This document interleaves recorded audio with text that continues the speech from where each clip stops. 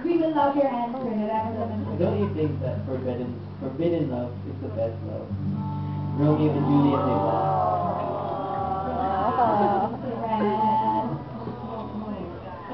Ano yung comment mo doon, Pepsi? Kung tayo mo, yung mga trahedyang gano'n.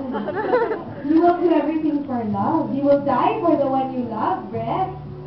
I learned that from your dad. He told me that if you really love the person, you should find someone that loves you more than they love themselves. So that guy would be, the one loving the other person more would be you or the girl? I think me. Go for it. Okay, ikaw naman.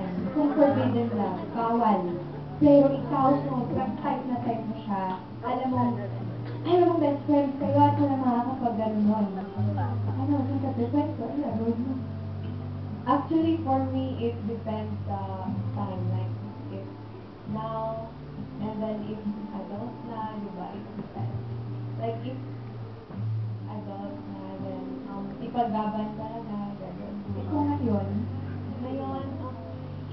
depende. Parang, study first, then, di ba, my work, gano'n.